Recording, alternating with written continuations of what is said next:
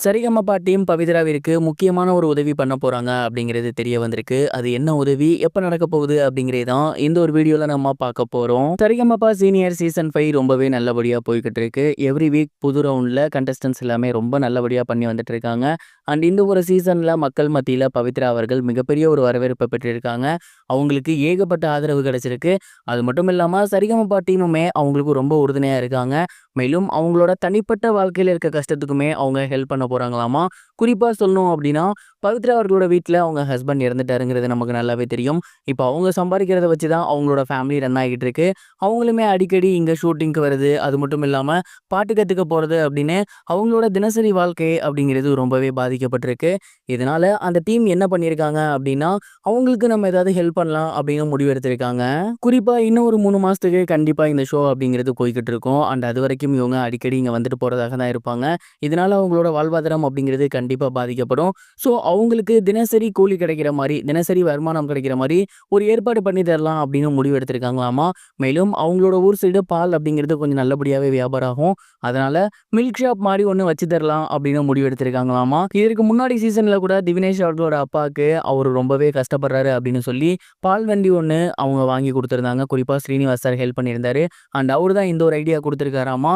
இவங்களால வண்டி ஓட்ட முடியாது. ஷாப் மாரி வச்சு குடுத்துட்டோம் அப்படின்னா, அவங்களோட ஊர்ல அது அவங்களுக்கு மிகப்பெரிய ஒரு ஹெல்ப்ஃபுல்லா இருக்கும். ஸோ இந்த ஒரு விஷயத்த நம்ம அவங்களுக்கு பண்ணி குடுக்கலாம் அப்படின்னு முடிவு எடுத்திருக்காங்களாமா. கூடிய சீக்கிரமே பவித்ரா அவர்களுக்கு ஒரு ஷாப் ஒண்ணு வச்சு தர போறாங்க. குறிப்பா மில்க் ஷாப் வச்சு தர போறாங்க அப்படிங்கிறது தெரிய வந்திருக்கு. அண்ட் இதன் மூலியமா பவித்ரா அவர்களோட தினசரி வருமானம், அவங்களோட அந்த ஒரு வாழ்க்கை அப்படிங்கிறது நல்லாருக்கும் அப்படின்னு முடிவு எடுத்திருக்காங்களாமா.